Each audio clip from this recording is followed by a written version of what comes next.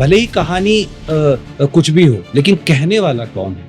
तो जो कहने वाला है वो अपनी बातें जरूर उसमें रखता है, वो एम्बेडेड होती है, उसके साथ नत्थी होती है, उससे आप पार नहीं पा सकते। कहने वाला हिंदुस्तानी होना चाहिए। हमारे सामने उदाहरण अल जजीरा जैसे चैनलों का है, बिल्कुल, जो तथाकथित मिडिल ईस्ट का एक चैनल है, लेकिन उसने अब पिछले अपने सालों में बहुत नैरेटिव को गढ़ने में बहुत बड़ी भूमिका निभाई है। और हम जानते हैं कि वो पश्चिमी देशों के बड़े बड़े न्यूज़ चैनलों और मीडिया संस्थानों को चुनौती देता है। तो वो चुनौती क्यों देता है, ये हमें समझना बेहद ज़रूरी है। क्या कंटेंट है जो आज हम कंज्यूम कर रहे हैं? ये तो बड़ा सवाल है। चाहे वो OTT प्लेटफॉर्म के ज़रिए हो या फिर जो अंतर्राष्ट्रीय स्तर के जो चैनल हैं उनकी उपलब्धता हम तक क्या ज़्यादा आसानी से पहुंच हो रही है, या जो इंटरटेनमेंट के कंटेंट जो हम हमारे सामने हैं उनमें जो राजनीति छुपी हुई है, खास कर पश्चिमी देशों से जो कंटेंट हमारे पास आ रहा है वो क्या नैरेटिव हमें गढ़ रहा है। जैसे आज हम देखते हैं कि कल्चर एक हमारे यहाँ विकसित हो रहा है, चाहे के ड्रामा हो, के पॉप हो, के फूड। मैं देख रहा हूँ न्यू जनरेशन में बहुत ज्यादा असर है तो अब आप सोचिए कि अगर ये चीज हमारे सामने, हमारी यूथ के सामने, तो उनकी बातें, उनकी मानसिकता, उनकी अपनी राजनीति, उनके अपने परिप्रेक्ष्य, उनके अपने सामाजिक संदर्भ, क्या वो हम तक नहीं पहुंचेंगे? क्या नहीं पहुंच रहे होंगे? हर घर तक पहुंचाए। तो निश्चित तौर पे यही काम हमने देखा है, चाहे वो हॉलीवुड से हो, चाहे वो इस तरह की चीजें हों, वो संगीत वो भी एक समय हमारे यहाँ हावी रहा है। वो भी एक समय टर्म चलता था अमेरिकन ड्रीम्स, आज भी कई हलकों में चला जाता है कि हमें तो ये अमेरिकन ड्रीम्स फॉलो करना है। तो मैं ये कह रहा हूँ कि ये जो के कल्चर और के जो ड्रामा और तमाम चीजें हुई, ये कैसे हुई? सिर्फ संचार के माध्यम से, पहुंच के माध्यम से हुई। हम ये बिल्कुल नहीं बात कर रहे कि उसका कंटेंट की क्वालिटी क्या है। जो नेटफ्लिक्स की या कहें प्राइम जैसे जो बड़े वैश्विक जो प्लेटफॉर्म है OTT, क्या वैसा कोई भारतीय OTT प्लेटफॉर्म है जो शायद दूसरी जगह डाउनलोड हो रहा है कि नहीं हो रहा है? शीत युद्ध का समय था 1980 का दशक, उसमें संयुक्त राष्ट्र ने जो ये सूचना का असमान वितरण है जिसपे पश्चिमी देशों का कब्जा है, इस मुद्दे को लेकर एक कमेटी बनाई जिसका नाम था मैकब्राइड कमीशन। और उनकी एक रिपोर्ट आई, मेनी वॉइसेस वन वर्ल्ड, और उसका लब्बो-लुबाब यही था कि जो सूचना के का जो प्रसारण है, जो उसका वितरण है, जो कंटेंट पे पकड़ है, वो पश्चिमी देशों की कुछ एजेंसियों की पकड़ है। हम जानते हैं कि शीत युद्ध के समय कैसे पश्चिमी देश, जिसमें BBC, वॉइस ऑफ अमेरिका और इस तरह के तमाम, उसके अलावा जो न्यूज़ एजेंसियां जिसका आपने जिक्र भी किया, इनकी एक खास भूमिका थी जो थर्ड वर्ल्ड, तथाकथित थर्ड वर्ल्ड है, वहाँ तक सूचनाओं को पहुँचाने में। और ये चिंता इस बात की थी कि वो पल्ला एक तरफ भारी है। इस किताब में भी 70% से ज़्यादा वो सोर्स जो भारत से जुड़ी खबरें हैं, जो दक्षिण पूर्व एशिया के प्रकाशकों तक पहुंचती है, वो रॉयटर्स, AP, AFP, एक अमेरिकी है, एक ब्रिटिश का है और एक यूरोप के फ्रांस के देश से उसका ओरिजिन है। तो ये जो डोमिनेशन है, ये डोमिनेशन पिछले कितने दशकों से चल रहा है और आज भी वो जारी है। भारत का पे ये इल्ज़ाम लगता रहा है कि हम रिएक्टिव मोड में होते हैं, जो पिछले कुछ सालों में बदला है। जब बालाकोट स्ट्राइक के बाद जब पाकिस्तानी जो वायुसेना ने दुस्साहस किया था, उस समय उन्होंने दावा किया था कि उन्होंने F-16 की मदद से हमारे कुछ विमानों को नुकसान पहुंचाया है और इस तरह की बातें सामने आई थी। तो भारतीय वायुसेना ने तमाम सबूतों को न सिर्फ ग्राउंड से इकट्ठा किया, बल्कि उसी शाम मीडिया के सामने आके उन तमाम सबूतों को उन्होंने दिखाया।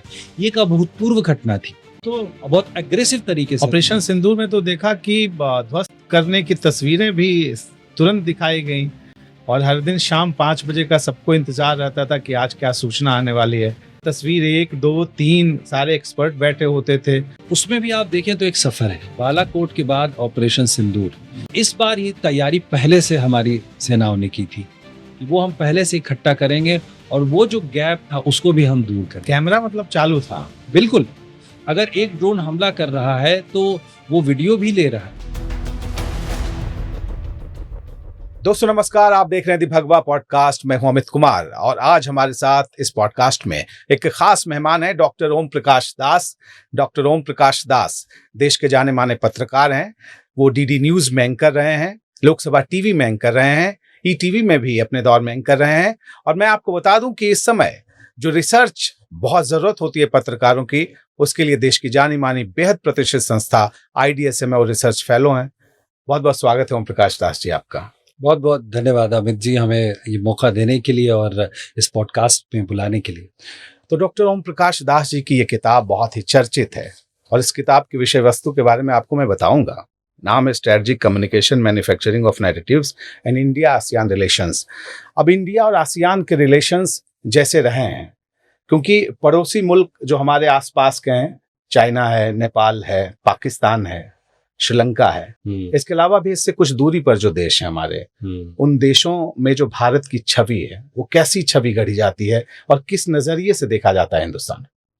देखिए, जहाँ तक वैश्विक संचार की बात है, चाहे कोई भी देश हो, भारत भी उसमें शामिल है, उसको अगर हम एक फ्रेमवर्क में देखें तो हमें बहुत ज़्यादा आसानी से हम समझ पाएंगे। चाहे वो अभी के मुद्दे हों, जिसको जहाँ पे सूचना का एक बड़ा रोल है, वो फ्रेमवर्क है कि सूचना का सोर्स कहाँ से है, सूचना कहाँ से आ रही है, वो कैसे डिसमिनेट यानी कैसे प्रसारित हो रही है, लोगों तक कैसे पहुँच रही है, और तीसरा कि वो जो कंटेंट है यानी जो सामग्री है, जो टेक्स्ट है, वो क्या है।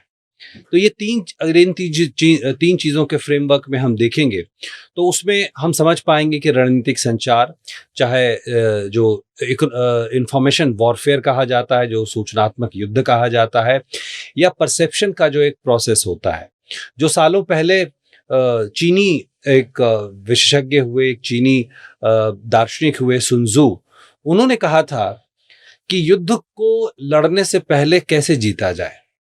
लड़ने से पहले कैसे जीता? लड़ने से पहले कैसे जीता जाए? वो लड़ने से पहले ऐसे जीता जाए कि जो भी आपका विरोधी है उसका मनोबल कैसे आप खत्म कर सकते हैं, कैसे उसको यकीन दिला सकते हैं कि वो जीत नहीं सकते, कैसे यकीन दिला सकते हैं कि वो कमतर शक्ति हैं। और ये बिना मैदान पे लड़ाई शुरू होने के पहले ये सारी प्रक्रियाएं पूरी अगर हो जाएं तो आप समझिए कि उसका अंत क्या होगा। तो सुनजू आज भी याद किए जाते हैं इसीलिए कि कैसे सूचना का इस्तेमाल करके, कैसे जो कूटनीतिक जो प्रक्रियाएं होती हैं, डिप्लोमेटिक जो पूरा प्रक्रिया होती है, उसका इस्तेमाल करके, मीडिया का इस्तेमाल करके, और इसके अलावा जो बाकी अलग चीज़ें हैं, जो आपके अलायंसेज हैं, उनके आधार पे आप कैसे दुश्मन को यकीन दिला दें कि युद्ध नहीं लड़ा जाना चाहिए और या हम कमतर शक्ति हैं। तो रणनीतिक संचार की जो बेसिक जो मुख्य भूमिका है वो यही है कि कैसे आप अपने आप को दुनिया के सामने प्रस्तुत करते हैं।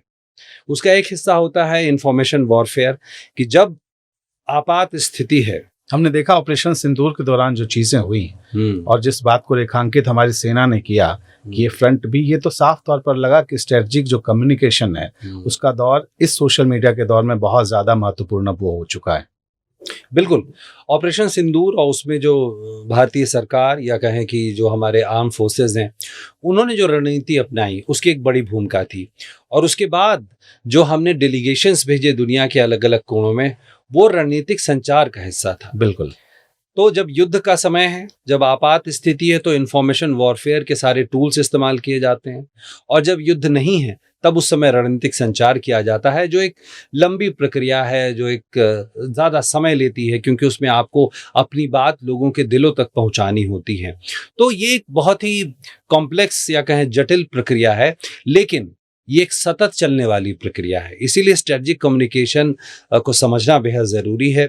और मैंने कोशिश किया अपनी किताब में उन्हीं जो टूल्स हैं, उसके जो औजार हैं, उसके जो अलग अलग हिस्से हैं, उसको सामने लाया जाए, खासकर मीडिया कंटेंट के संदर्भ में।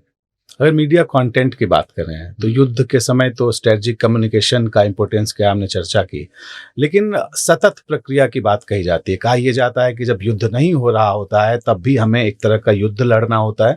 युद्ध झूठी सूचनाओं को लेकर लड़ना होता है। किसी भी देश के बारे में, हिंदुस्तान के परिप्रेक्ष्य में बात करें तो जो हिंदुस्तान को लेकर छवि गढ़ी जाती है, जिस स्तर पर भी गढ़ी जाती है, तो उसके लिए जो भी लोग उसमें जुड़े हुए हैं, जो स्टेक होल्डर्स उसके हैं, उन्हें भी देखना होगा और अपनी मौजूदगी वहां पहुंचानी होगी। एक आपने खास तौर पर जिक्र किया यहाँ पर इस बात का कि जब भी भारत को देखने की बात आती है तो साउथ ईस्ट कंट्रीज की बात करें, आसियान कंट्रीज की बात करें, तो वहाँ पर जो AFP है, रॉयटर्स है, जितनी भी इंटरनेशनल न्यूज़ एजेंसियां हैं, रिपोर्ट्स उनके हवाले से हिंदुस्तान के बारे में जाती हैं। तो जब ऐसी खबरें इस तरह से जाएंगी तो कोई तो चश्मा लगा के ही जाएंगी। माना ही जाता है पत्रकारिता ठीक है कि फैक्ट रखे जाते हैं उनकी तरफ से भी, वो ये बात कहेंगे, लेकिन अगर किसी भी व्यक्ति में 20 अच्छाइयां हों और 10 बुराइयां हों और सिर्फ हम 4 बुराइयों को सामने रख दें तो फैक्ट तो वो भी हैं। तथ्यात्मक तौर पर अगर हम सिर्फ दलील की बात करेंगे, इसकी काट के लिए हिंदुस्तान को क्या करना चाहिए? कितनी जरूरत है आज के दौर में भारत के ऐसे किसी संगठन की या न्यूज एजेंसी की जो भारत की छवि गढ़े दुनिया भर में, जो एक्चुअल छवि है? मैं आपको एक थोड़ा सा पीछे ले जाऊंगा। शीत युद्ध का समय था, 1980 का दशक। उसमें जो संयुक्त राष्ट्र ने जो ये सूचना का असमान वितरण है जिसपे पश्चिमी देशों का कब्जा है, इस मुद्दे को लेकर एक कमेटी बनाई जिसका नाम था मैकब्राइड कमीशन, और उनकी एक रिपोर्ट आई, मेनी वॉइसेस वन वर्ल्ड। और उसका लब्बो-लुबाब यही था कि जो सूचना के का जो प्रसारण है, जो उसका वितरण है, जो कंटेंट पे पकड़ है, वो पश्चिमी देशों की कुछ एजेंसियों की पकड़ है। हम जानते हैं कि शीत युद्ध के समय कैसे पश्चिमी देश, जिसमें BBC, वॉइस ऑफ अमेरिका और इस तरह के तमाम, उसके अलावा जो न्यूज़ एजेंसियां जिसका आपने जिक्र भी किया, इनकी एक खास भूमिका थी जो थर्ड वर्ल्ड, तथाकथित थर्ड वर्ल्ड है, वहाँ तक सूचनाओं को पहुँचाने में। और ये चिंता इस बात की थी कि वो पल्ला एक तरफ भारी है। इस किताब में भी जब साउथ ईस्ट एशिया, दक्षिण पूर्व एशिया के देशों में भारत को लेकर जो न्यूज़, वहाँ के समाचार जो पत्रों में जो छपते हैं, उसका सोर्स क्या है? अगर आप देखें तो इस किताब में भी 70% से ज़्यादा वो सोर्स जो भारत से जुड़ी खबरें हैं, जो दक्षिण पूर्व एशिया के प्रकाशकों तक पहुँचती है, वो रॉयटर्स, AP, AFP, एक अमेरिकी है, एक ब्रिटिश का है और एक यूरोप के, फ्रांस के देश से उसका ओरिजिन है। तो ये जो डोमिनेशन है, ये डोमिनेशन पिछले कितने दशकों से चल रहा है और आज भी वो जारी है। तो ये दिखाता है कि जो चिंता 40-50 साल पहले जो दर्ज की गई थी, वो UN ने जताई थी, आज भी उसी बीमारी को हम आज भी देख सकते हैं। तो हम देख सकते हैं कि वो असमान वितरण, भले ही कहानी कुछ भी हो, लेकिन कहने वाला कौन है? तो जो कहने वाला है वो अपनी बातें ज़रूर उसमें रखता है, वो एम्बेडेड होती है, उसके साथ नत्थी होती है, उससे आप पार नहीं पा सकते। तो भले ही कहानी कितनी भी अच्छी हो, लेकिन कहने वाला कौन है, ये बहुत महत्व। कहने वाला हिंदुस्तानी होना चाहिए। और जो एक ऐसी न्यूज एजेंसी की जरूरत है या संगठन की जरूरत है कि दुनिया भर के देशों में, दुनिया भर के मतलब कि दुनिया के तमाम कोनों में हिंदुस्तान के संवाददाता हों, ताकि हिंदुस्तान का नजरिया ठीक से जाए, वो खबर जाए, लेकिन जो परिप्रेक्ष्य हो वो सही हो, जिसकी जरूरत है। आपको लगता है कि इस स्तर पर क्या किया जाना चाहिए या कुछ किया गया है इस फील्ड में? देखिए, भारत बहुत पहले से कोशिश करता रहा है कि चाहे वो सूचना के स्रोत हो या हम तक जो सूचना के स्रोत दुनिया के घटनाओं के बारे में पहुंच रहे हैं उसको लेकर, या अपनी बात को दुनिया तक पहुंचाने को लेकर, इसकी कोशिशें होती रही हैं। उदाहरण के लिए मैं दूरदर्शन का अंतर्राष्ट्रीय जो चैनल है, DD न्यूज़ DD इंडिया जिसको नाम दिया गया, या भारत की ही एक निजी चैनल है जिसमें व्योन का हम नाम ले सकते हैं, और भी कई प्राइवेट चैनलों ने अपनी एक इंटरनेशनल, बिल्कुल बहुत बड़े मौके पे खेल को बदलने की काम किया है इन तमाम।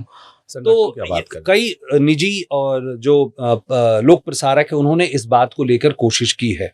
लेकिन अगर आप वैश्विक जो खिलाड़ी हैं उनसे अगर तुलना करेंगे तो इसे आप एक महज शुरुआत ही कह सकते हैं।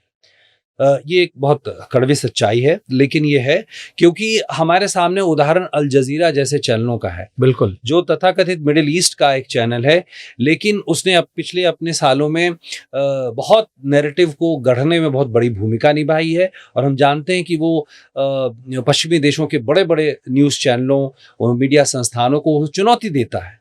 तो वो चुनौती क्यों देता है, ये हमें समझना बेहद ज़रूरी है। भारत कोशिश कर रहा है, बहुत ज़बरदस्त तरीके से कोशिश कर रहा है, और इसकी कोशिश में सिर्फ लोक प्रसारक ही नहीं, निजी जो प्रसारक हैं वो भी उसमें शामिल हैं। लेकिन मैं अपनी बात दोहराऊंगा कि वो अभी भी अपनी शुरुआत ही कर रहे हैं।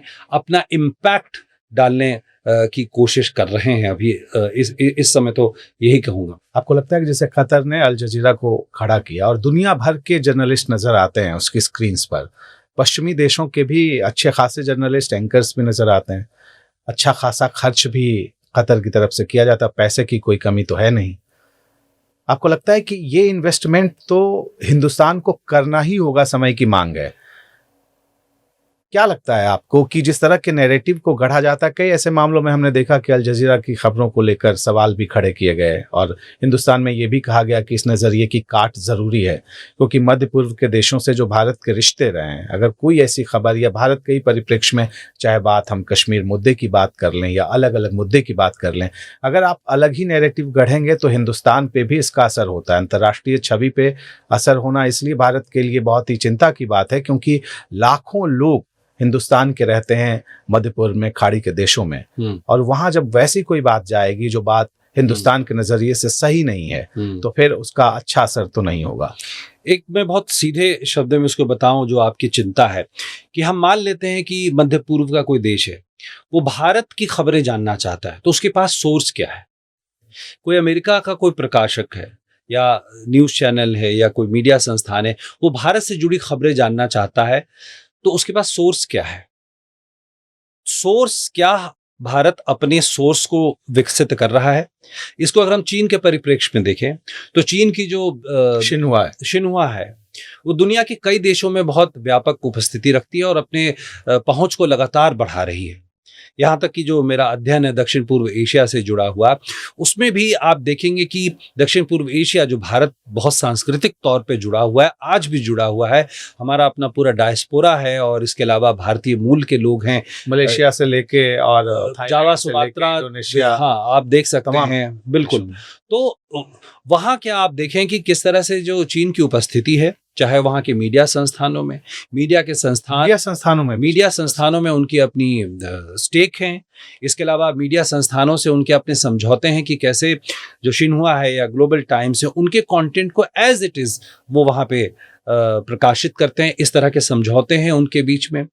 वहाँ के जो पूरे कम्युनिटीज़ हैं, जो इंटेलेक्चुअल कम्युनिटी कहें या फिर कहें कि जो पत्रकार समूह हैं, मीडिया संस्थान हैं, उनका कैसे रिश्ता है, चाहे वो उनको अपने देश में ले जाना, उनको लगातार पर्सुएड करना, तो ये प्रक्रिया बहुत तीक्ष्ण गति है, बहुत तेज़ गति से वो चलाते रहे हैं।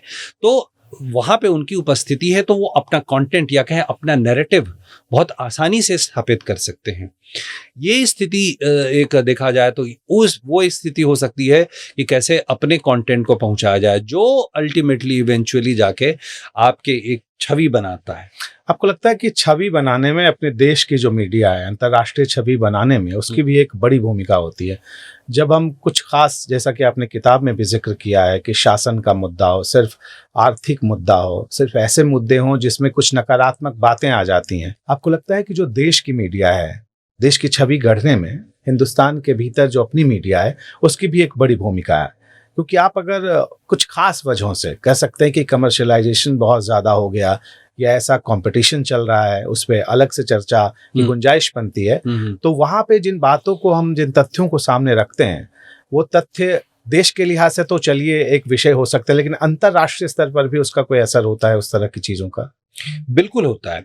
देखिए, दुनिया भर में ये अध्ययन हुआ है कि जो मीडिया कंटेंट है, जो किसी के देश के समाचार पत्रों में, टेलीविजन पे जो चीज़ें आ रही हैं, उसका नीति नियंता हैं, जो नीतियां बनाने वाले हैं, जहाँ पे विदेश नीति बनती है, जहाँ पे सॉफ्ट रणनीतिक संचार की नीतियां बनती हैं, क्या उसका असर उन पे पड़ता है? निश्चित तौर पे पड़ता है। इस तरह के अध्ययन हमें बताते हैं, क्योंकि जो नीति नियंता है वो भी उनके सामने दुनिया की खिड़की मीडिया ही है। वो भी उससे उन पर प्रभाव पड़ता है उस मीडिया कंटेंट का। तो जो मीडिया कंटेंट हावी होगा, निश्चित तौर पर जो है उसका असर पड़ेगा। और आप जानते हैं कि आज का दौर डिजिटल दौर है, और डिजिटल में एक अलग तरह की युद्ध है जिसको कहा जाता है एकेडमिक वर्ल्ड में एल्गोरिथमिक वॉर।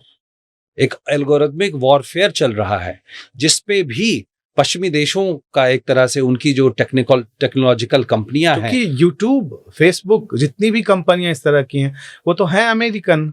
और अगर आप इस तरह से चाहे एक्स की बात कर लें, तीनों की बात कर लें हम, और वहां पे अगर एल्गोरिदम उस तरह से जिसकी आप बात कर रहे हैं इस तरह से सेट किया जाए कि कुछ खास विषय को ही पुश करना है, तो ये तो एक हथियार हो गया एक तरह से। मैं आपको बताऊं, अभी जो एआई समिट दिल्ली में हुआ और उसमें राष्ट्रपति मैक्रोन से लेके प्रधानमंत्री, ये मुद्दा उठाया उन्होंने, ये मुद्दा उठा और ये साफ तौर पर सामने आया कि जो ये डिजिटल क्षेत्र है ये एल्गोरिदम से फ्री होना चाहिए, क्योंकि एल्गोरिदम को अगर एक खास तरीके से डिजाइन किया जाएगा तो एक खास तरीके का कंटेंट ही सामने बार बार आएगा, और इस बात पर चिंता जाहिर की गई, हम जानते हैं। तो और इसका सबसे ज्यादा जो भुक्तभोगी है वैसे देश हैं जो शायद उतने संचार के साधन नहीं रखते, या फिर उनकी कहानियां उस तरह से सामने नहीं आती, चाहे वो सकारात्मक हो, चाहे वो आपको एक अलग छवि श्रीलंका की बात करें, नेपाल की बात करें, जो कुछ पिछले दिनों हुआ, सिर्फ उसे जेनजी की बात कह दें या आर्थिक मुद्दे की बात कह दें, वो तो एक विषय था, एक आधार था, लेकिन कहा गया कि ये जो एल्गोरिदम की आप बात कर रहे हैं, तमाम सोशल मीडिया की, जिसकी कमान एक खास देश के हाथ में, उसकी भी एक अहम भूमिका रही, क्योंकि आग अगर सोशल मीडिया पर लगी और उसे कई गुना पुश करने का एल्गोरिदम ने काम किया, तो ये बात छोटी तो नहीं। इस पे नजर रखी जा रही है देश में भी, क्योंकि हिंदुस्तान की छवि की ही बात ले लें तो विदेशों में, अगर हम साउथ एशियन कंट्रीज की बात करें, दक्षिण पूर्व के देशों की बात करें, आसियान देशों की बात करें, तो वहां अगर इस तरह के एल्गोरिदम ने किसी वजह से काम करना शुरू किया कि चलो भारत के विरोध की छवि बढ़ानी है, और कंटेंट क्रिएटर्स ने उसे पुश किया अपनी तरफ से, तो अगर कहीं हुआ, मैं ये नहीं कह रहा हूं कि हो रहा है, तो ये तो बहुत ज्यादा खिलाफ बात जाएगी। तो ये इन चीजों को लेकर, इन चुनौतियों से कैसे लड़ा जाएगा आने वाले दिनों में? देखिए, चुनौतियां साफ है, और एआई समिट में उसमें भी बातें सामने निकल कर आई कि एक तो उसमें है कि उस तकनीकी स्तर तक, उस तकनीकी वर्चस्व तक, उस डिजिटल स्पेस में, अगर सिर्फ डिजिटल स्पेस की बात करें तो वहां तक हमें पहुंचना है। दूसरी एक बात जो मैं अपने अनुभव से कहता हूं और मेरे अध्ययन में भी बात सामने निकल कर आई है कि डिजिटल स्पेस में एक चीज होती है फ्रीक्वेंसी ऑफ कंटेंट। वो फ्रीक्वेंसी अगर रहता है तो वो एल्गोरिदम को भी उस पे उसका असर होता है। यानी आप अपनी बात सिर्फ कहें नहीं, बार बार कहें। कोई अगर साजिश के तहत किसी देश के खिलाफ किसी ने चाहा कि इस झूठ को प्रचारित करना है, बिल्कुल, और वो एल्गोरिदम सपोर्ट कर दे उस बात को, तो फिर तो देखिए, जब हम स्ट्रेटेजिक कम्युनिकेशन या पब्लिक रिलेशन में, अगर आपने अब जानते होंगे कि उसमें कहा जाता है कि छवि निर्माण एक लगता है कि जो है नहीं उसको बनाना है, बल्कि ऐसा नहीं है।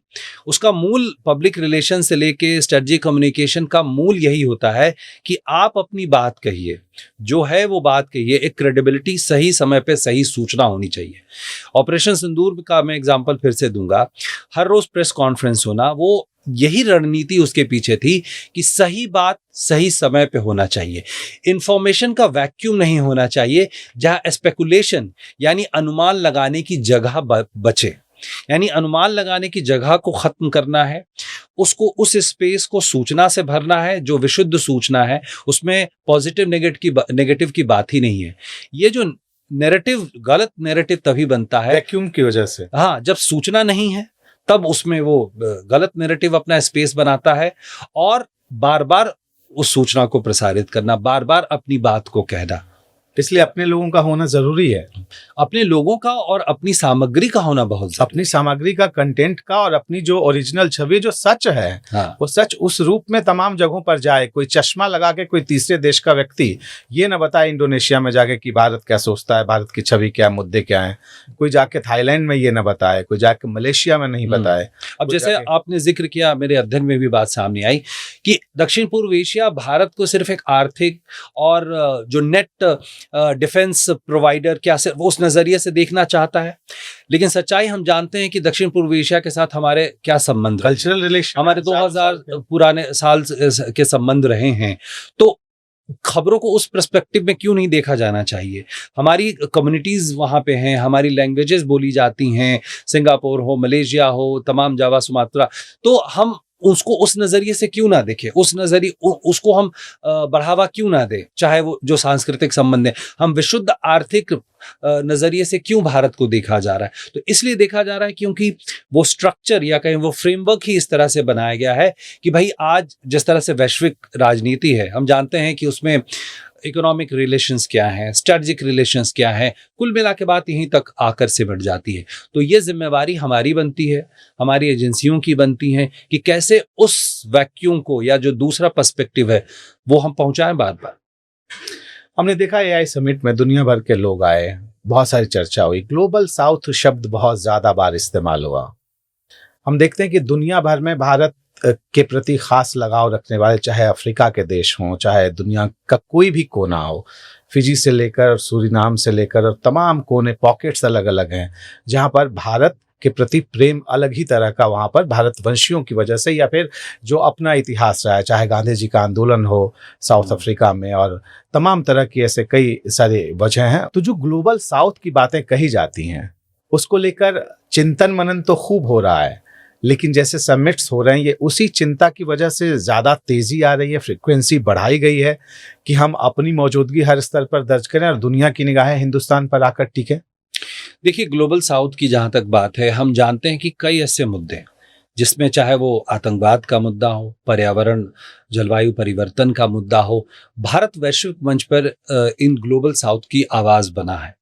और ये इसलिए भी महत्वपूर्ण है, जैसे एआई समिट की बात के, तो हम पहले कहते थे कि एक लोकतांत्रिककरण होना चाहिए, सूचना का, तकनीक का लोकतांत्रिककरण होना चाहिए। इस बात को लेकर भारत जो जलवायु परिवर्तन से भी जुड़ा हुआ है, क्योंकि तकनीक जो है इससे लड़ने की वो ज़्यादातर जो विकसित देश हैं उनके पास हैं, उनका वितरण होना चाहिए। भारत ने इंटरनेशनल सोलर अलायंस बनाया, उसमें भी मुद्दा यही था कि किस तरह से जो जलवायु परिवर्तन से जुड़ी जो लड़ाई है उसका ऑल्टरनेट जो है, चाहे वो सौर ऊर्जा से जुड़ी तमाम तरह की चीजें हों, वो उसका हिस्सा तमाम देश बने और उसमें तकनीक एक बाधा के तौर पे नहीं आनी चाहिए। तो जब दक्षिण गोलार्ध या कहें ग्लोबल साउथ की बात करते हैं तो उसमें यही मुद्दा निकल कर आता है कि यही वो देश है जहां पे अगर जलवायु परिवर्तन होगा तो उसका सबसे ज्यादा खामियाजा यही देश भुगतेंगे। चाहे हम दक्षिण पूर्व एशिया की हम बात कर लेते हैं, फिर आपने फिजी की बात की, फिजी भी, हम मॉरिशस की बात करते हैं, जो ऐसे देश हैं, इन सब की आवाज़ बनकर भारत उभरा है। हम जानते हैं कि जो पैसिफिक नेशंस हैं, जो पैसिफिक नेशंस हैं, बहुत गरीब और छोटे छोटे देश हैं, कई देश विलुप्त आप देखेंगे आने वाले वक्त में हो जाएंगे। समुद्र का अगर स्तर बढ़ा तो ये तो होना ही होना, वो दूसरे जगहों पे वो उनकी आबादी मजबूर है शिफ्ट करने के लिए, वो देश ही खत्म हो जाएंगे या वो जगह ही खत्म, कोई बचाने वाला भी नहीं होगा उन्हें। जब ईस्ट एशिया समिट या जब प्रधानमंत्री ने इसकी शुरुआत की थी 2015 के आसपास कि इन देशों की आवाज बने, जब भी दक्षिण पूर्व एशिया उस तरफ प्रधानमंत्री की यात्रा होती थी तो उन तमाम पैसिफिक देशों की अलग से भारत उनकी बैठकें करता, तो उनके सम्मेलन को आयोजित करता ताकि वो जो आवाज है वो पूरी दुनिया तक पहुंच सके। लेकिन बात हुई कि ये आवाज भारत कोशिश कर रहा है, लेकिन जो तंत्र, जो फ्रेमवर्क जिसकी हमने बात की, वो फ्रेमवर्क बहुत ज़रूरी हो जाता है कि इन बातों को भी वो आगे बढ़ाए, तब एक नैरेटिव बनेगा। जो नीति नियंता है, जो नीति बनाने वाले हैं, उन पे भी एक तरह का एक दबाव होगा और वो उस तरह के बदलाव शायद हम देख पाएंगे। अभी हम देख रहे हैं कि लगातार आपने सोलर अलायंस की बात की, हमने देखा कि कैसे बातें चुभती हैं बड़े देशों को। हमने देखा अचानक अमेरिका ने उन संगठनों से खुद को अलग करने का ऐलान कर डाला जहां पर भारत बहुत ही अगुवाई वाले देशों की भूमिका में था, देश की भूमिका में था। सोलर अलायंस उनमें से एक था। आपको लगता है कि जब ऐसा लगने लगता है दुनिया को कि अरे भारत भी अपना नैरेटिव गढ़ने की कोशिश के तहत एक बड़े कदम की तरफ बढ़ रहा है, बड़ा कदम उठा रहा है और ये उसका हिस्सा है, ये बातें जब एहसास हो जाती हैं तो इस वजह से किनारा किया जाता है। आपको लगता है कि चुभती हैं ये बातें, जैसा कुछ हुआ पिछले कुछ दिनों में? स्ट्रेटजिक कम्युनिकेशन अगर भारत भी उसी रफ्तार में करे अपने अंदाज में, तो चुभती है या नहीं चुभती ये तो हम कोई तथ्यात्मक रूप से इस बात को नहीं कह सकते, लेकिन हम इस बात को जरूर सामने देख सकते हैं कि जिस तरह से हमारे यहाँ हमारे देश में जो मीडिया उपलब्धता है, उस मीडिया उपलब्धता को अगर हम ध्यान से देखें तो क्या कंटेंट है जो आज हम कंज्यूम कर रहे हैं, ये तो बड़ा सवाल है। चाहे वो ओटीटी प्लेटफॉर्म के जरिए हो या फिर जो अंतर्राष्ट्रीय स्तर के जो चैनल हैं उनकी उपलब्धता हम तक क्या ज़्यादा आसानी से पहुंच हो रही है, या जो एंटरटेनमेंट के कंटेंट जो हम हमारे सामने हैं उनमें जो राजनीति छुपी हुई है, वो अंतर्राष्ट्रीय राजनीति, अंतर्राष्ट्रीय राजनीति और खास कर पश्चिमी देशों से जो कंटेंट हमारे पास आ रहा है, वो क्या नैरेटिव हमें गढ़ रहा है, वो हमारी एक उदाहरण के तौर पे, मैं किसी गलत या ब्लैक एंड वाइट नज़रिए से नहीं देखना चाहता या नकारात्मक नज़रिए से नहीं देखना चाहता। जैसे आज हम देखते हैं कि कल्चर एक हमारे यहाँ विकसित हो रहा है, चाहे के ड्रामा हो, के पॉप हो, के फूड, यहाँ तक कि हमारे जीवन का, हमारे यूथ का एक पार्ट बनता जा रहा है। हाँ, मैं तो हमारे आइकॉन कहूँगा जो है कि कोरियन कल्चर जो है, मैं जो कुछ भी हो रहा है, बहुत मैं देख रहा हूँ न्यू जनरेशन में बहुत ज्यादा असर है उसका। तो अब आप सोचिए कि अगर ये चीज हमारे सामने, हमारे यूथ के सामने, तो उनकी बातें, उनकी मानसिकता, उनकी अपनी राजनीति, उनके अपने परिप्रेक्ष्य, उनके अपने सामाजिक संदर्भ, क्या वो हम तक नहीं पहुंचेंगे? क्या नहीं पहुंच रहे होंगे? हर घर तक पहुंचाए। तो निश्चित तौर पे यही काम हमने देखा है, चाहे वो हॉलीवुड से हो, चाहे वो इस तरह की चीजें हों, वो संगीत वो भी एक समय हमारे यहाँ हावी रहा है, वो भी फिल्में वो हमारी हावी रही हैं। क्या उनका असर नहीं हमारे आगे वाली जनरेशन पे नहीं पड़ता? एक समय एक टर्म चलता था अमेरिकन ड्रीम्स, आज भी कई हलकों में चला जाता है कि हमें तो ये अमेरिकन ड्रीम्स फॉलो करना है। ठीक है, एक उसका नतीजा हमने ब्रेन ड्रेन और उस नज़रिए से भी बहुत सालों तक झेला है। तो ड्रीम पूरा करने लोग वहाँ जाते हैं, और कैसे कैसे जाते हैं हम जानते हैं। अलग अलग रास्ते, अवैध वैध रास्ते तमाम तरह के इस्तेमाल किए जाते हैं कि वो अमेरिकन ड्रीम वो हमारे दिलो दिमाग पे है। तो मैं ये कह रहा हूँ कि ये जो के कल्चर और के जो ड्रामा और तमाम चीज़ें हुई, ये कैसे हुई? ये सिर्फ संचार के माध्यम से हुई है, पहुंच के माध्यम से हुई है। हम ये बिल्कुल नहीं बात कर रहे हैं कि उसका कंटेंट की क्वालिटी क्या है, क्या उससे बेहतर क्वालिटी हमारे पास है या किसी और देश के पास है, लेकिन ये विशुद्ध रूप से संचार के तरह से हुआ है, जिसको हम सॉफ्ट पावर कहते हैं। आप जानते हैं मिडिल ईस्ट के देशों में हम जानते हैं कि भारतीय फिल्में कितनी एक सॉफ्ट पावर के रूप में और इमेज बनाने में बड़ी भूमिका रही, लेकिन क्या इसको सरकार की तरफ से समर्थन रहा था? नहीं था। ये एक ऑर्गेनिक था। उन्होंने अपने ऑडियंस खुद ढूंढे, उन्होंने अपना जो कहते हैं दायरा खुद बनाया, अपने प्रशंसक खुद पैदा किए। बहुत फेमस और बात कही जाती है कि अफगानिस्तान में जाएं तो आज भी वहाँ पे अमिताभ बच्चन को याद किया जाता है, आज भी वहाँ पे लोग भारतीय फिल्मों के फैन हैं। ईरान में भी बेहद लोकप्रिय है। जैसे देशों में भी शाहरुख खान, आमिर खान, तो अमिताभ बच्चन। तो अब आप सोचिए कि ये जो पूरी प्रक्रिया है, अगर ये नियोजित प्रक्रिया या इसको कॉन्शियसली अगर इस बात को हम करें तो कितना बड़ा स्पेस है जिसको हम भर सकते हैं। ठीक है, दुनिया के दूसरे देशों ने किया है, उनको किसका समर्थन था नहीं था, ये तो बहुत ही विवाद और बहुत ही चर्चा का विषय है। लेकिन इस तरह के बहुत स्पेकुलेशन आपको ऑनलाइन और बहुत ऐसी चर्चाएं मिलेंगी कि जो हॉलीवुड फिल्में हैं उनमें जो कंटेंट होता है जिसमें दुनिया को बचाने का जिम्मा कोई ख़ास देश हमेशा उठाता रहा है, आखिर ये किस तरह के नैरेटिव और कहाँ से ये नैरेटिव आते हैं, दूसरे ग्रह के भी लोगों से बचाव में। हाँ, तो ये आप देखें कि ये सब संचार के माध्यम से होता है। माइंड वॉश कह सकते हैं, माइंड वॉश नहीं कह सकते, माइंड वॉश ही बहुत ही नकारात्मक शब्दावली है। आप कह रहे हैं इसको नकारात्मक, लेकिन मुझे ये लगता है कि जब आप धीरे धीरे कि हर घर तक पहुंच जाते हैं किसी पड़ोसी देश के किसी वजह से, आप उसे ओटीटी कंटेंट को भी आप रणनीतिक संचार में गिन रहे हैं, जैसा मुझे लगता है। बिल्कुल, ये बहुत बड़ी बात है, क्योंकि हर घर में कोरियन ड्रामा हो, अमेरिकन ड्रामा हो, अलग अलग देशों की पसंद, सबके पास यूट्यूब पर उपलब्धता नहीं है तो ओटीटी पर उपलब्धता है। और सबके अब तो ट्रांसलेशन का ऐसा युग आ चुका है कि डबिंग में कोई इशू नहीं है, सब एआई ही कर दे रहा है, तो सारी चीजें उस रूप में पहुंच जा रही हैं। हिंदुस्तान इस मोर्चे पे कहाँ दिखता है आपको अपने कंटेंट के लिहाज से? ओटीटी की मैं बात करूं आज के दौर में, पुरानी फिल्मों के दौर को आप किनारे कर दें, कहाँ दिखता है? और अगर दिखता भी है तो क्या आप जिस नैरेटिव की बात कह रहे हैं वो किसी स्तर पर है, बहुत ही ऑर्गेनिक ये ओटीटी कंटेंट है, या फिर उस रणनीतिक संचार की जरूरत है आज के समय में इसके जरिए? देखिए, रणनीतिक संचार की हमेशा से ज़रूरत थी, रहेगी, क्योंकि ये एक सतत चलने वाली प्रक्रिया, जैसे मैंने आपको बताया। ये कई छोटे-छोटे कदमों से, कई छोटे-छोटे चीज़ों से भी लगातार चलती रहती है। उदाहरण के लिए मैं अपने अनुभव से और अपने अध्ययन के आधार पे बता सकता हूँ कि जो भारतीय दूतावास होते हैं, उच्चायोग होते हैं, वो अपने, या आईसीसीआर है जो कल्चरल रिलेशंस को लेके, ये अपने स्तर पे बहुत ही बेहतरीन काम करते हैं। और जो विदेशी मीडिया है वहाँ भी अपनी उपस्थिति दर्ज कराते हैं और एक भारत का सकारात्मक माहौल लगातार बनाने की कोशिश करते रहते हैं। और उसका हमने बहुत उसका लाभ देखा है कि किस तरह से जो देश रहे हैं उनके साथ हमारे संबंध बेहतर हुए हैं। लेकिन बात वही आती है, जो फ्रेमवर्क की बात मैं कहता हूँ, जैसे आपने ओटीटी का एग्जाम्पल हम ले लेते हैं। जो नेटफ्लिक्स की या कहें प्राइम जैसे जो बड़े वैश्विक जो प्लेटफॉर्म है ओटीटी, क्या वैसा कोई भारतीय ओटीटी प्लेटफॉर्म है जो शायद दूसरी जगह डाउनलोड हो रहा है कि नहीं हो रहा है? लेकिन हम उस प्रक्रिया में निश्चित तौर पर हैं।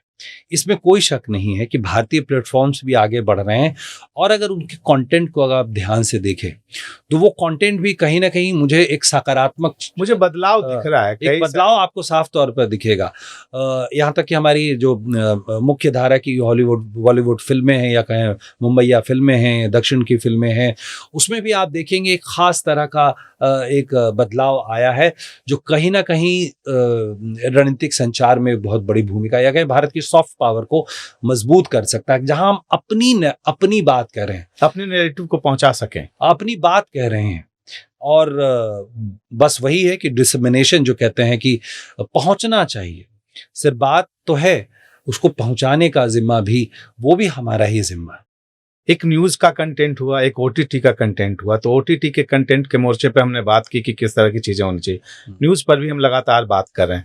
आपको लगता है कि न्यूज मीडिया जिस तरह से पिछले कुछ सालों में बदला, सोशल मीडिया के दौर में दुनिया एक गांव बन चुकी है, और आपके एक पीसी के स्क्रीन पे, लैपटॉप के स्क्रीन पर और मोबाइल पे पूरी दुनिया मौजूद है, उसकी खबरें भी मौजूद हैं। तो खबरों का जो कलेवर दिखता है, यहाँ कोई भी देश, अगर मुझे ईरान की खबर पता करनी है, वहाँ के कुछ न्यूज वेबसाइट्स को मैं यहाँ से भी देख सकता हूँ, लेकिन रुचि हो तब। तो न्यूज चैनल भारत के जाएं दक्षिण पूर्व एशिया में, आसियान कंट्रीज में, और वहाँ पॉपुलैरिटी हासिल करें, तो इसके लिए किस तरह से बाकी देश काम करते हैं?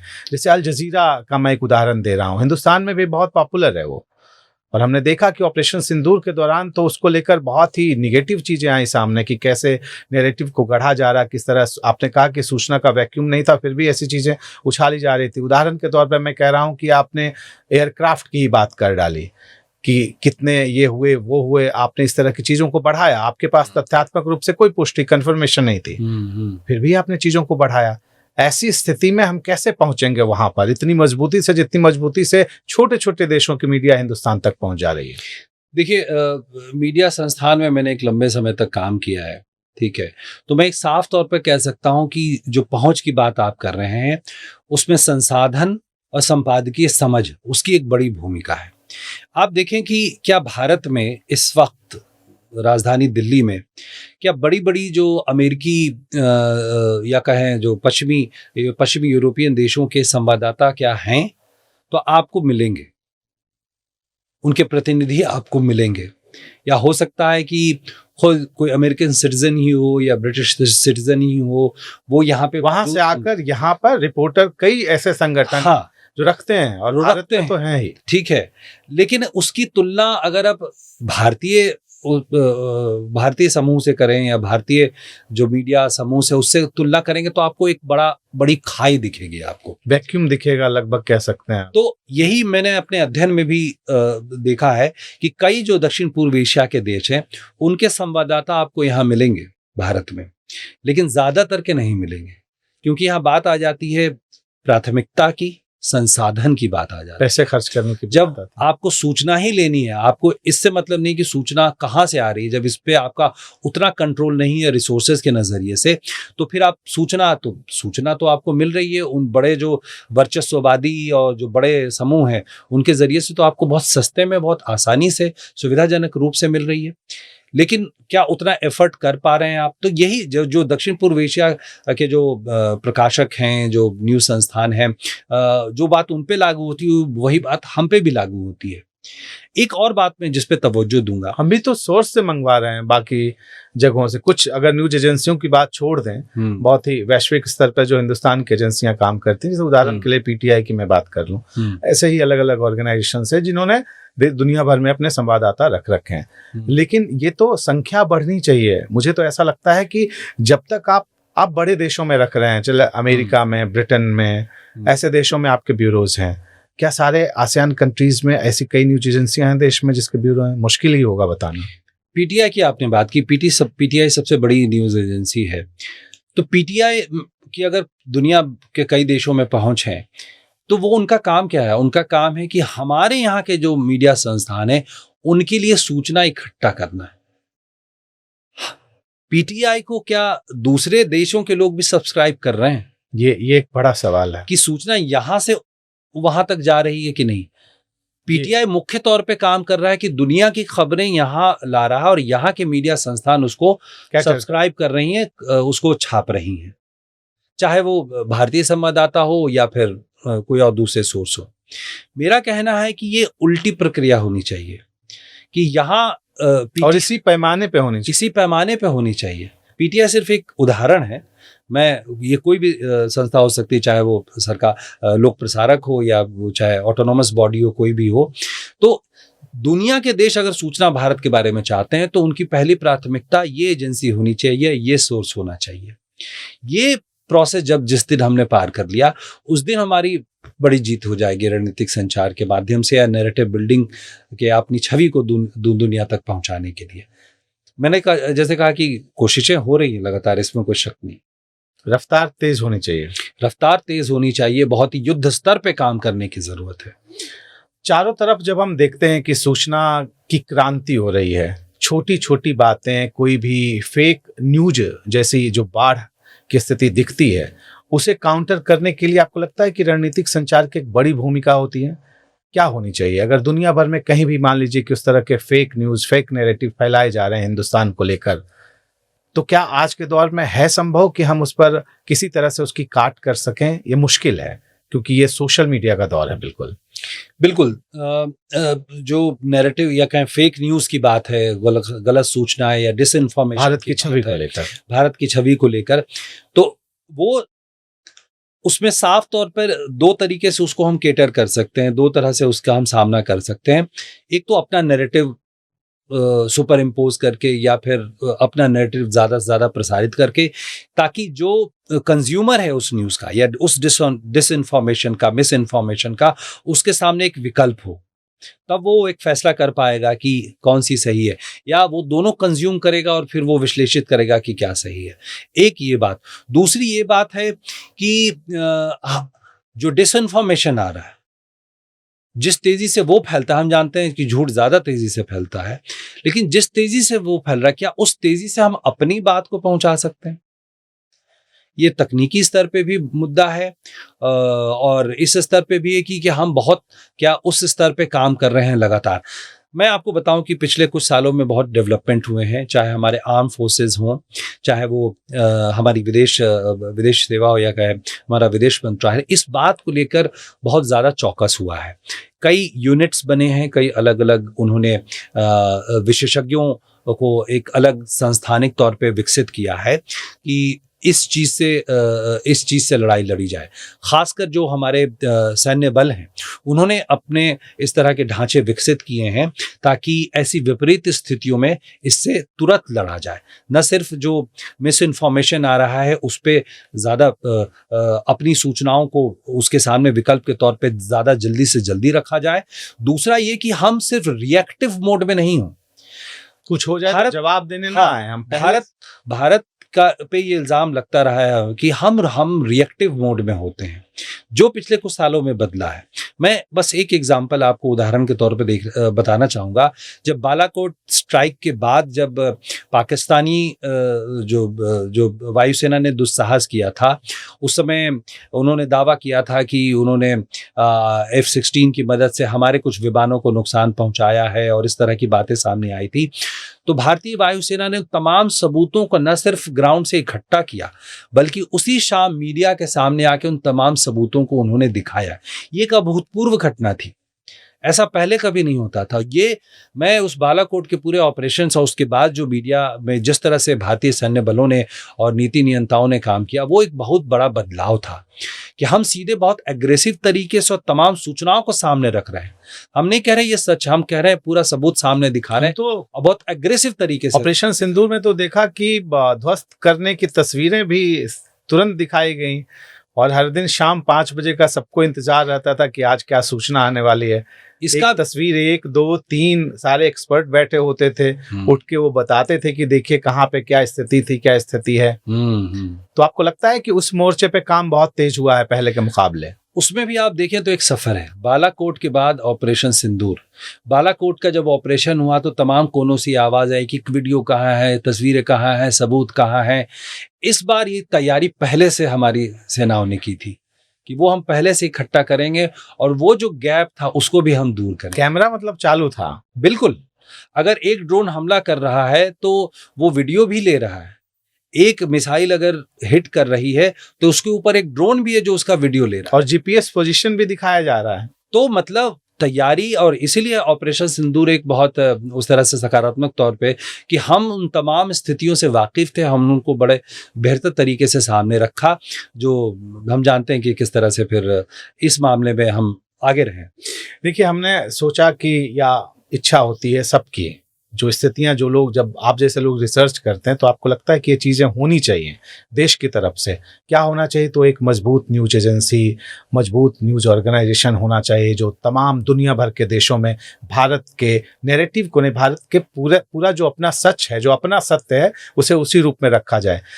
आपको लगता है कि उन देशों के लोग, हमारे कंज्यूमर इन सूचनाओं के या हमारे जो संस्थान है क्यों बनेंगे? तब बनेंगे जब हिंदुस्तान को लेकर एक अलग तरह का इंटरेस्ट ओटीटी प्लेटफॉर्म्स पर, न्यूज़ प्लेटफॉर्म्स पर, इंटरनेट पर, सोशल मीडिया पर जगाया जाए। सबसे पहले इच्छा जन्म लेती है, उसके बाद ही कोई और चीज़ सामने आती है। इंटरेस्ट जगाने के लिए क्या किया जा रहा है हिंदुस्तान के लिए? क्योंकि रणनीतिक संचार का मुझे भी लगता है कि जब तक आप स्पॉटलाइट कहीं पर नहीं पड़ता है, फोकस नहीं होता है, तो फिर लोग वहाँ तक नहीं पहुँचते हैं या वो प्रकाश में वो चीज़ें नहीं आती हैं।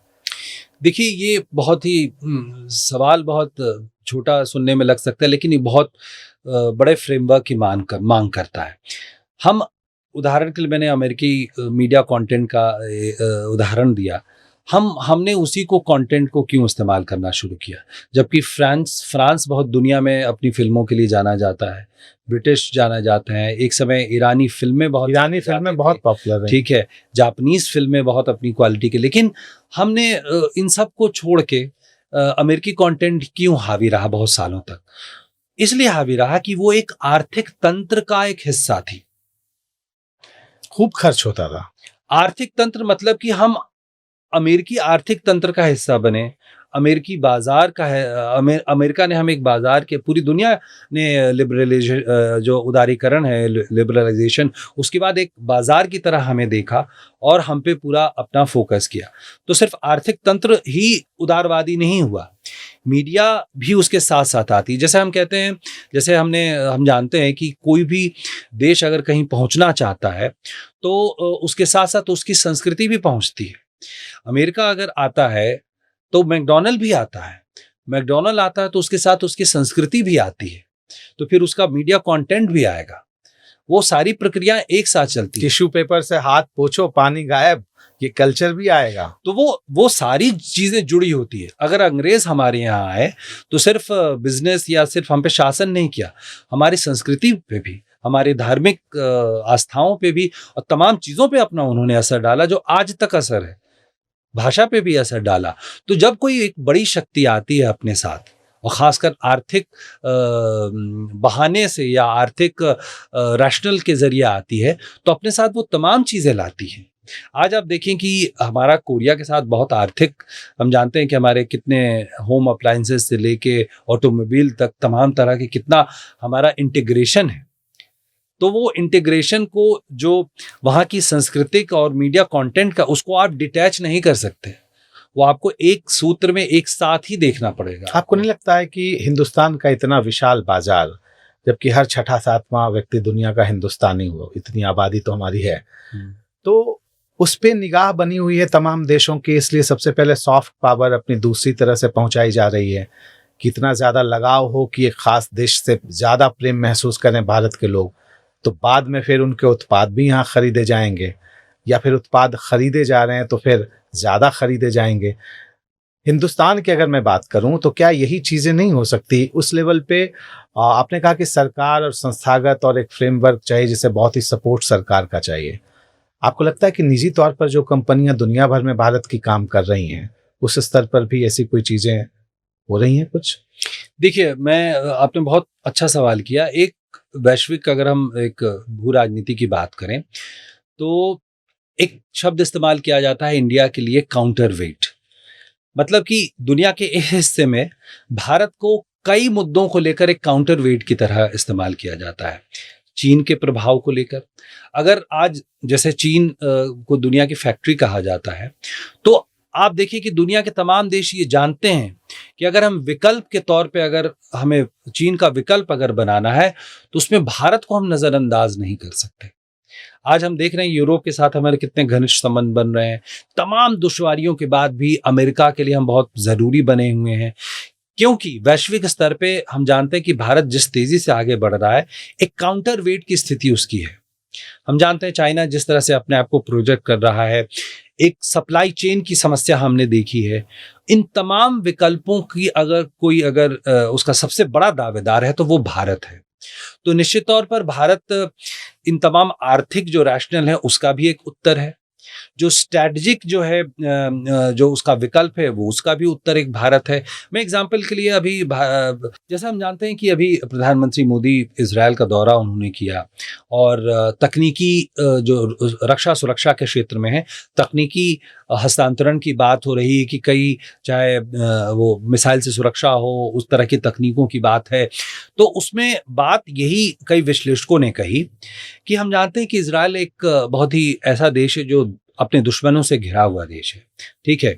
उसको भी सप्लाई चेन चाहिए अपने तमाम आयुधों के लिए, तमाम अपने हथियारों के लिए। तो एक विकल्प के तौर पे उसको कोई एक जगह चाहिए, और भारत भी को भी तकनीक चाहिए। तो म्यूचुअल है ये, म्यूचुअल। तो वो भारत को चुनता है, भारत को एक विकल्प के तौर पे देखता है, भारत को एक भरोसेमंद सहयोगी के तौर पे देखता है। ऐसी बात है मैक्रो ने भी कही। ठीक है, बिल्कुल। आज राफेल भी हमारे यहाँ उसका भी निर्माण शुरू होगा, और एक समय के बाद हम उम्मीद करेंगे कि टीओटी यानी ट्रांसफर ऑफ टेक्नोलॉजी भी हो। तो भारत एक विकल्प के तौर पे बहुत मजबूत स्थिति में बहुत समय से है, और जो अपनी स्थिति मजबूत कर रहा है, ठीक है।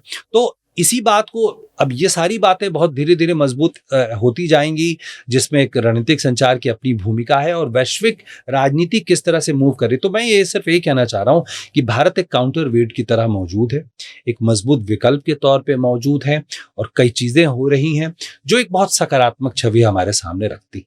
तो वो जो इंटरेस्ट की मैंने बात की थी वो उन देशों में पैदा करना, तो आपको लगता है कि मौजूदा परिस्थितियों में वो चीजें निगाह आने लगी है हिंदुस्तान की तरफ? वो तो काफी पहले से आ रही हैं। मतलब एक नए परिप्रेक्ष्य की मैं बात कर रहा हूँ, जैसे अमेरिका कोई भी बात कहता रहे तो कहता रहे, मैक्रो यहाँ के ये कहें कि संबंध सम्मान के आधार पर होने चाहिए, और वो अमेरिका का नाम लें, और ये भी कहें कि हम संबंध तराजू पे तौल के किसी दूसरे देश के मुताबिक नहीं तय करेंगे, चाहे चीन हो चाहे हिंदुस्तान हो, सबसे हमारे संबंध अपने स्तर पर अपने लिहाज से हैं। तो ये बातें अगर हिंदुस्तान का नाम चीन और अमेरिका के बीच में फ्रांस जैसा देश ले रहा है और खुलकर ले रहा है। देखिए, मैंने जैसे कि बताया कि जहां तक मीडिया जो एक बहुत इंटीग्रल या कहें बहुत ही जबरदस्त और बहुत मजबूत हिस्सा है अपनी बात को पहुंचाने का, तो उसकी पहुंच, मैंने कहा उसकी शुरुआत हुई है, ठीक है, शुरुआत हो चुकी है, लेकिन वो बहुत कंसिस्टेंसी या कहें निरंतरता की उसमें कमी रही है, ठीक है। ये बात मैं अपने अनुभव के आधार पे भी कह सकता हूँ। मैं दुनिया के कई देशों से मैंने रिपोर्ट किया है भारत के लोक प्रसारक के लिए, तो मैं वहाँ की मीडिया और एक तुलनात्मक अध्ययन में सामने रख सकता हूँ। तो एक शुरुआत है, लेकिन युद्ध स्तर, मैं बिल्कुल सीधे शब्दों में कहूंगा कि भारत रणनीतिक संचार को लेकर, सूचना को पहुंचाने के लिहाज से, अपने नैरेटिव बिल्डिंग के लिहाज से, वो एक युद्ध स्तर पे उसको होना चाहिए। ये समय युद्ध स्तर पे, चाहे वो संसाधन वितरण की बात हो, या फिर उस जो वैक्यूम है उसको भरने की बात हो, सूचना के स्तर पे, वो तमाम बातें हमें युद्ध स्तर पे करने की जरूरत है, अपने तमाम जो रक्षा तैयारियों के साथ साथ। चाइना कैसे काम करता है इस मोर्चे पर? क्या आपने अध्ययन के दौरान पाया होगा? उसकी जो रणनीति है क्या है इन देशों के लिए? क्योंकि हिंदुस्तान तो उसे नजर आता होगा कि हिंदुस्तान भले अगर सीधे सीधे ना हो तो कल्चरली तो हिंदुस्तान हर जगह मौजूद है और हिंदुस्तान से प्रेम मौजूद है। विकल्प चुनने की बात आएगी तो लोग भारत की तरफ इन देशों में देखेंगे। चाहे म्यांमार की बात हो, म्यांमार को लेकर भी आपने अच्छा खासा लिखा है और अध्ययन किया है। नेपाल है, श्रीलंका है, दोनों देश हमारे अगल बगल हैं। चीन किस तरह से काम करता है इन देशों में? देखिए, मैं एक छोटा सा एग्जाम्पल दूंगा तिब्बत का। ठीक है, तिब्बत में जिस तरह से बौद्ध धर्म और उसको एक जिस तरह से उन्होंने एक अलग तरीके से विकसित कर रहे हैं। हम जानते हैं कि दुनिया भर में जो बौद्धिज्म है, भारत में वो पला बढ़ा। भारत में ही हम जानते हैं गौतम बुद्ध ने, और भारत को एक अलग तरह से बौद्धिस्ट देश देखते हैं। और जो पूरा दक्षिण पूर्व एशिया है उसमें बौद्धिज्म, जापान तक हम जानते हैं, चीन में भी वो एक बड़े धर्म के तौर पे माना जाता है। लेकिन बहुत रणनीतिक तौर पे चीन ने पिछले 20-30 सालों में एक अलग तरह के बौद्धिज्म को बढ़ावा दिया। उन्होंने जो दलाई लामा जो भारत में रहते हैं उनकी वैधता को ही नकार दिया।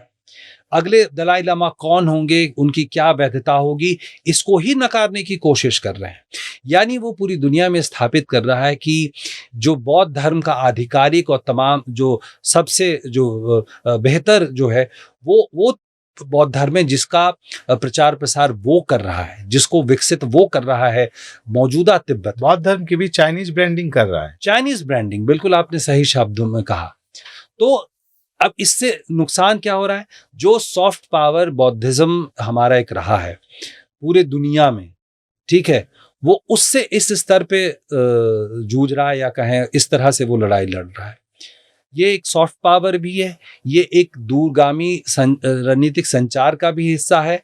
हम बौद्ध धर्म को लेके बहुत गर्व महसूस करते हैं, पूरी दुनिया के लोग यहाँ आते हैं, गया और सारनाथ और तमाम जगहों पे, लेकिन वो एक विकल्प विकसित कर रहा है। तो आप समझे, और मैंने सुनजू से बात शुरू की थी। चाइना कहते हैं, एक जुमला है, कहा जाता है कि वो हमेशा 1000 साल की रणनीति पे काम करता है, आगे चलता है। बिल्कुल, वो हड़बड़ी में नहीं रहते। और जो लद्दाख में हमने देखा, अरुणाचल में देखता है, एक टर्म इस्तेमाल किया जाता है सलामी स्लाइसिंग, यानी वो बारीक बारीक तरीके से वो हिस्सा, छोटा हिस्सा वो आपसे लेता रहेगा।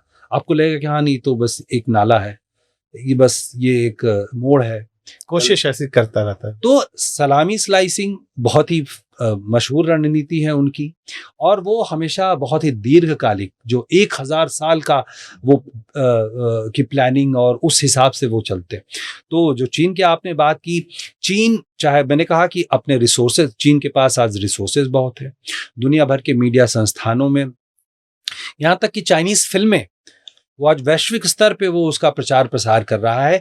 आप चाइनीज फिल्में देखेंगे, और जिसमें जैसे हमने बात की थी हॉलीवुड फिल्मों में कि दुनिया को कौन बचाएगा, तो उसमें भाई अमेरिकन सोल्जर बचाएंगे, अमेरिकन को हीरो बचाएगा।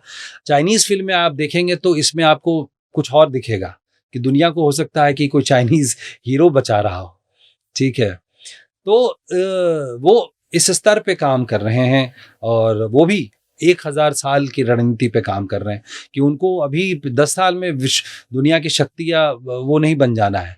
वो आराम से इंतजार करेंगे और वो सलामी स्लाइसिंग करते रहेंगे, चाहे वो सीमाओं पे हो, चाहे वो दिमाग पे हो, चाहे वो कॉग्निटिव वॉर हो। तो वो इस स्तर पे काम कर रहे हैं, और एक बहुत बड़ा रिसोर्स है और बहुत ही सदी हुई रणनीति उनकी है, जो पब्लिक डोमेन में तो नहीं, लेकिन तमाम विश्लेषक उस चीज को सामने रखते हैं, और भारत बहुत बड़ा भुक्तभोगी पे उसका।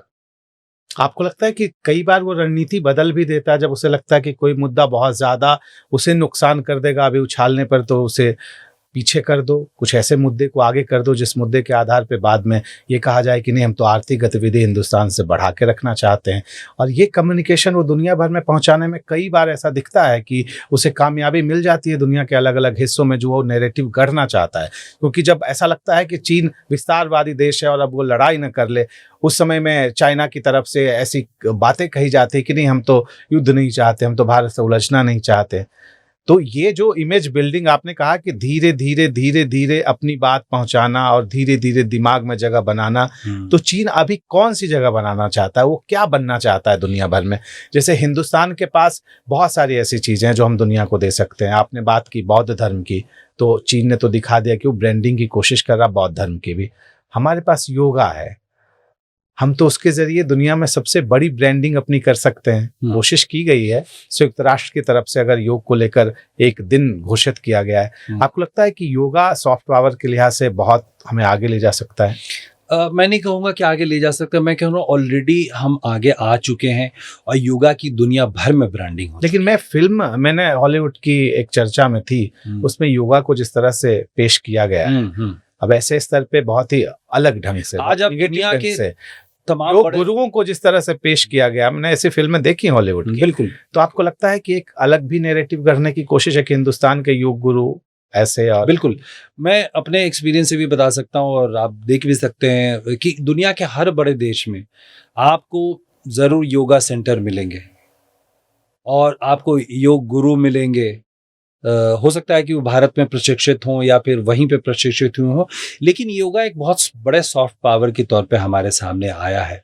ठीक है, लेकिन मैं एक बात और कहूँगा कि जो ये प्रक्रिया है, इसको भी काउंटर करने की प्रक्रिया भी चल रही है। इसको भी आपको याद रखना होगा कि क्या उसे एक विशेष दायरे में समेटने की कोशिश की जा रही है, क्या उसको एक विशेष सिर्फ एक धार्मिक रिचुअल के साथ क्या सिर्फ जोड़ा जा रहा है? क्योंकि भारत कहता है वो एक जीवन शैली है, वो एक रोगों से निदान या कहें मन और शरीर का एक सामंजस्य योग है। वो क्या उसको अलग तरीके से भी पेश किया जा रहा है कि ये एक सांस्कृतिक क्या वर्चस्ववाद का एक हिस्सा है? तो ये भी काउंटर, उसका नैरेटिव भी फैलाने की कोशिश मतलब आप देख सकते हैं, वो भी एक प्रक्रिया है। तो लेकिन निश्चित तौर पे योगा एक सफल उदाहरण है, इसमें कोई शक नहीं। और इस तरह के कई उदाहरण हम ले सकते हैं। कई हमारे पास, जैसे हॉलीवुड की हमने बात की, और तमाम जो सांस्कृतिक संबंध जैसे हमने कहा, ये दक्षिण पूर्व एशिया के साथ हमारे हैं, मध्य पूर्व के साथ हमारे हैं, या जो हमारा बड़ा डायस्पोरा, चाहे वो अमेरिका में हो, कनाडा में हो, तमाम, तो उनका जिस तरह से योगदान होना चाहिए इस नैरेटिव बिल्डिंग में। हम जानते हैं कि जिस तरह से जब इंडिया की पहली सरकार आई थी, तो वो पहली बार कोशिश थी कि किस तरह से एनआरआईज का इस्तेमाल वाजपेयी सरकार ने किया था, और उसका बहुत सकारात्मक असर पड़ा था, न सिर्फ छवि निर्माण में बल्कि यहाँ के आर्थिक गतिविधियों के साथ उनको जोड़ने को लेकर भी बड़ा प्रयास शुरू हुआ था। तो हम पोटेंशियल तो इतना हमारे में। दो सवाल और मैं करना चाहूँगा।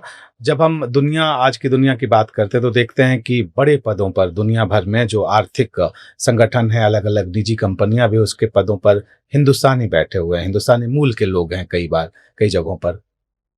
खुद मैक्रो ने ये बात कही, और जब ये बातें हम सुनते हैं तो आपको क्या लगता है कि इन तथ्यों के जरिए कैसी छवि उभरती है दुनिया भर में, और हम कितना भुना पाते हैं इसे?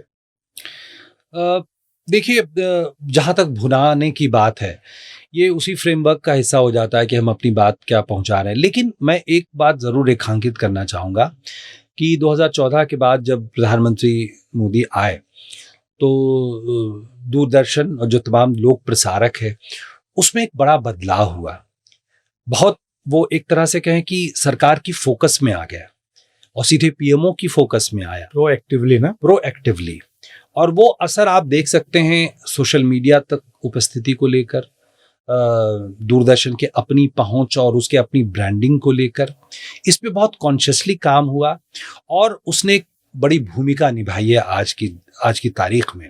आज की तारीख में आप देखेंगे कि प्रधानमंत्री जो बातें भारत के सामने रखते हैं, मेडिसन स्क्वायर से लेके और तमाम तरह की जो उनकी गतिविधियां रही हैं, भारतीयों तक पहुंचने की बात रही हैं, जो बड़े बड़े सम्मेलन या एनआरआईज के साथ या भारतीय मूल के लोगों के साथ उनका इंटरेक्शन रहा हो, या बड़ी बड़ी टेक कंपनियों के साथ उनका रहा हो, या जैसे अभी हाल में एआई समिट हो, ये निश्चित तौर पर सरकार ने बहुत कॉन्शियसली तरीके से इस पे काम किया है।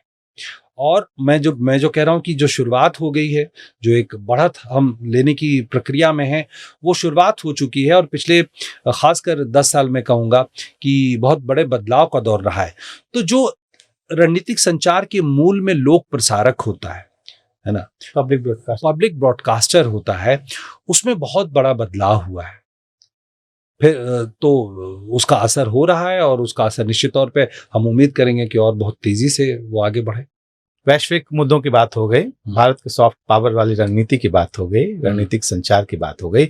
नए जमाने में, आज के दौर में, जबकि पत्रकारिता में भी बहुत चुनौतियां बढ़ी हैं, बहुत कुछ बदल रहा है, आपको लगता है कि जितने भी संस्थान हैं, मीडिया संस्थान हैं, उनके बीच भी ये स्ट्रेटजिक कम्युनिकेशन का एक चैप्टर होना चाहिए उस लिहाज से?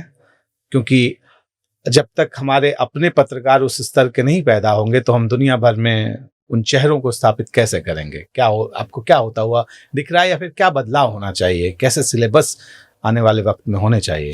बहुत महत्वपूर्ण बात है। और हमारे अगर पत्रकारिता के पाठ्यक्रम आप देखें तो रणनीतिक संचार उसमें नहीं है, नहीं के बराबर है। हाँ, चर्चा होती है कई बार। सिर्फ एक उसमें एबरेशन ये है कि अब कुछ निजी संस्थान और सबसे प्रमुख तौर पर भारतीय जनसंचार संस्थान, उन्होंने आईएमसी ने अलग जो रणनीतिक संचार को लेकर कोर्सेज शुरू किए हैं और उसमें उसको बहुत अच्छा रिस्पांस भी मिल रहा है। तो ये एक शुरुआत हुई है, ठीक है, निश्चित तौर पर। तो जो हम उम्मीद करेंगे कि जो नए पत्रकार सामने आएंगे या आ रहे हैं, वो उससे इक्विप्ड होंगे। रणनीतिक संचार की जो महत्ता है, जो उसकी इम्पोर्टेंस है, उसके क्या टूल्स हैं, वो उसके साथ लैस होकर आएंगे, जो इससे पहले नहीं था। अभी तक सिर्फ रणनीतिक संचार को आप जानते होंगे कि कॉर्पोरेट जगत में भी बहुत इस्तेमाल किया जाता पब्लिक रिलेशन के तौर पे, लेकिन वो सिर्फ अपने प्रोडक्ट को रणनीतिक तौर पे स्थापित करने के देश का हित भी तो एक प्रोडक्ट बन सकता है दुनिया भर के सामने। तो लेकिन अब जो नए पत्रकार हैं, निश्चित तौर पर कई संस्थान इसका महत्व उन्होंने समझा है और आईएमसी उसको आगे बढ़ा रहा है। इसका दायरा बढ़ेगा तो जो नए पत्रकार होंगे वो उसका महत्व समझेंगे और निश्चित तौर पर चुनौतियां भी बढ़ रही हैं चूंकि, तो ये एक बेहतर स्थिति हो सकती है। आपको ये बात लगती है कि निजी चैनलों पर जैसी बहस होती है, चाहे रणनीतिक मुद्दे हों, चाहे डिफेंस के मुद्दे हों, देश के कूटनीतिक मुद्दे हों, उन मुद्दों पर जैसी बहस होती है उसमें हल्ला हंगामा ज्यादा नजर आता है? गहरे रिसर्च की जरूरत है, ये मुमकिन तो है ना, होना चाहिए? कितनी जरूरत महसूस होती है? आप गहरे रिसर्च में डूबे व्यक्ति हैं, पत्रकार भी हैं, क्या दिखता है आपको, क्या होना चाहिए? देखिए, दो बातें हैं कि जो लोकप्रिय जो नैरेटिव होता है, जो पॉपुलर जो कहते हैं कल्चर में जो होता है, निश्चित तौर पर उसमें हम जानते हैं कि निजी जो मीडिया संस्थान हैं, उनके नैरेटिव या उनके कथ्य हावी होते हैं। यही बात हम कह सकते हैं जो देश की सीमा से बाहर जो हमें असेस कर रहे हैं, वो भी इन्हीं चैनलों को देखते हैं और समझते हैं कि अच्छा ये इनकी सोच है, तो इनकी जिम्मेवारी उस तरह से बढ़ जाती है क्योंकि ये लोकप्रिय ज्यादा है, ये देखे ज्यादा जाते हैं। हमने पिछले दिनों देखा कि पाकिस्तान का ISPR के जो हेड हैं, वो एक क्लिप लेकर चले आए एक हिंदुस्तानी न्यूज एंकर का, और उन्होंने जिस तरह की बातें की, बहुत ही बचकानी और वाहियात, लेकिन क्लिप देख तो वो भी रहे हैं, वो लोग भी रहे हैं और दुनिया भर में देखा जा रहा है। वो भी दूरदर्शन की क्लिप नहीं दिखा रहे, वो किसी एक निजी चैनल की क्लिप दे। तो यही बात मैं कह रहा हूँ कि इसलिए उनकी जिम्मेवारी बढ़ जाती है।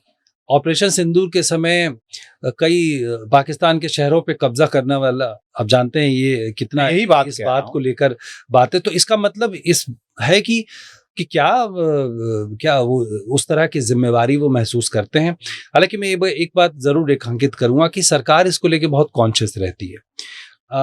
हमारा जो रक्षा मंत्रालय है और भारत सरकार, तो सरकार को भी वो पत्रकारों को ट्रेनिंग देते हैं। हर साल वो एक दौर चलता है जिसमें जो पत्रकार इच्छुक हैं उनको वो शिक्षित किया जाता है कि कैसे रणनीतिक और सुरक्षा के मुद्दों को आप समझें, कैसे रिपोर्ट करें। इसके लिए वो बहुत कॉन्शियसली काम होते हैं और जो उस प्रक्रिया से गुजरते हैं वो निश्चित तौर पर बेहतर स्थिति में होते हैं इन मुद्दों को जहां तक हैंडल करने की बात है। लेकिन हम जानते हैं कि ये सिर्फ सूचना देने वाली संस्थान नहीं है जिनकी हम बात कर रहे हैं। ये अपने आप को एक इंफोटेनमेंट दायरे में सिमटते हैं। इंफोटेनमेंट, तो वो अब सिर्फ इंफॉर्मेशन तक सीमित नहीं रहते, क्योंकि उनके सामने वो टीआरपी वाली लड़ाई हम जानते हैं, वो संघर्ष है।